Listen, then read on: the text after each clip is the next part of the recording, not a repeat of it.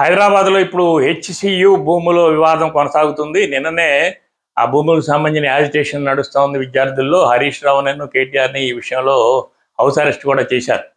వాస్తవానికి హెచ్సియుకి గతంలోనే ఇందిరాగాంధీ టైంలో 2500 ఎకరాలు హైదరాబాద్ యూనివర్సిటీకి అక్కడ పరిశోధన వ్యవస్థకి కేటాయించారు.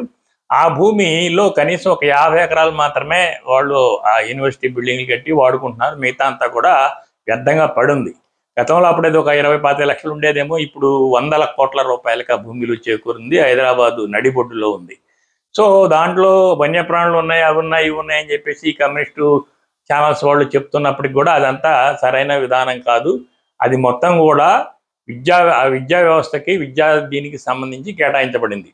తర్వాత దాన్ని అలా నిరుపయోగంగా ఉంచడం వల్ల బయట కొంతమంది వ్యక్తులు, ప్రైవేట్ వ్యక్తులు కూడా ఆక్రమించుకోవడం జరుగుతుంది. గతంలో చంద్రబాబు నాయుడు టైంలో కూడా ఇలాంటి ప్రయోగం ఒకటి చేశారు ఆ భూముల మీద. ఐఎన్జి అనే ఒక సంస్థ, యాక్చువల్గా ప్రముఖ ఈ క్రీడా అభివృద్ధికి సంబంధించిన సంస్థ పేరుతో మరొక డూప్లికేట్ సంస్థ లాంటిది, కొంచెం అలాంటి పేరే పెట్టి ఢిల్లీరావు అనే వ్యక్తులకి చంద్రబాబు నాయుడు భూములు కేటాయించడం జరిగింది. ఆ ఢిల్లీరావు అనే వ్యక్తి అక్కడ ఎక్కువ అక్రమాలకు పాల్పడ్డాడు.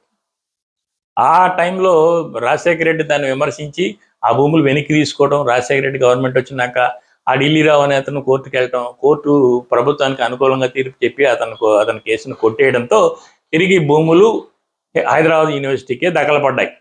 ఇప్పుడు ఆ భూముల్ని తిరిగి రేవంత్ రెడ్డి ఆ భూములు తీసుకొని అమ్మేసి వాటిని ఏ సంక్షేమ పథకాలకు కేటాయిస్తా అని చెప్పి చెప్తున్నాడు. వాస్తవానికి నగరం నడిబొడ్డుల్లో ఉన్న భూములు ప్రజా ప్రయోజనాలకు ఉపయోగించాలంటే అక్కడ ఏదైనా ఉచిత హాస్పిటల్స్, విద్యా సంస్థలు కట్టి డెవలప్ చేసి, లేదా అక్కడ కొంత భూమిని అమ్మి ఆ డబ్బుతో విద్యా వ్యవస్థలు, హాస్పిటల్స్ కట్టి డెవలప్ చేస్తే అది ప్రజా ప్రయోజనం అవుతుంది. ఎందుకంటే నగరంలో ఉన్న ఉస్మానియా హాస్పిటల్ కానీ, నీలోఫర్ కానీ, రకరకాల ప్రభుత్వ హాస్పిటల్ అన్ని కానీ చాలా దారుణమైన స్థితిలో ఉండి ప్రజలకు ఏమాత్రం ఉపయోగకరంగా లేవు.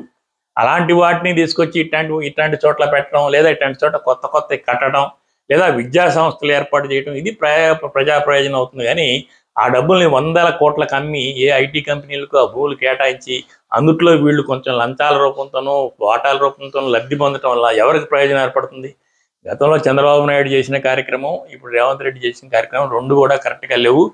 వీళ్ళు ఆ డబ్బుని కేవలం కొన్ని సంక్షేమ పథకాలకి పప్పు బెల్లాలు చేయటం తప్ప ఆ భూమి అమ్మటం వల్ల ప్రజలకి ఏ ప్రయోజనం అనకూడదు.